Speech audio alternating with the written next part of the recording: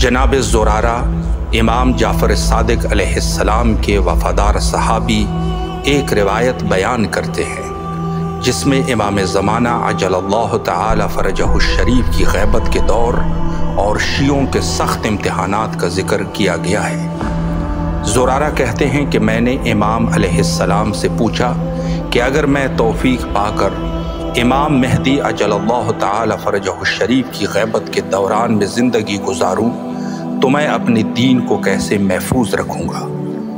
امام جعفر صادق علیہ السلام نے جواب دیا، اے زرارہ، جب تم اس دور میں پہنچو تو یہ دعا پڑھنا،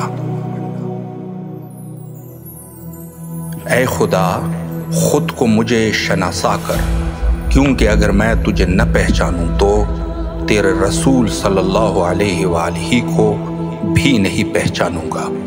اے خدا اپنے رسول کو مجھے شناسا کر، کیونکہ اگر میں تیرے رسول کو نہ پہچانوں تو تیری حجت کو بھی نہیں پہچانوں گا۔ اے خدا اپنے حجت کو مجھے شناسا کر، کیونکہ اگر میں تیری حجت کو نہ پہچانوں تو میں اپنے دین سے گمراہ ہو جاؤں گا۔ اللہم عرفنی نفسک فإنک إن لم تعرفنی نفسک لم أعرف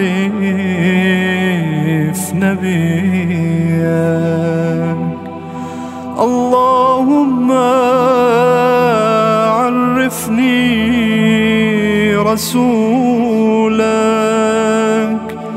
فإنك إن لم تعرفني رسولك لم أعرف حجتك۔ اللهم عرفني حجتك فإنك إن لم تعرفني حجتك ضللت عن دينك۔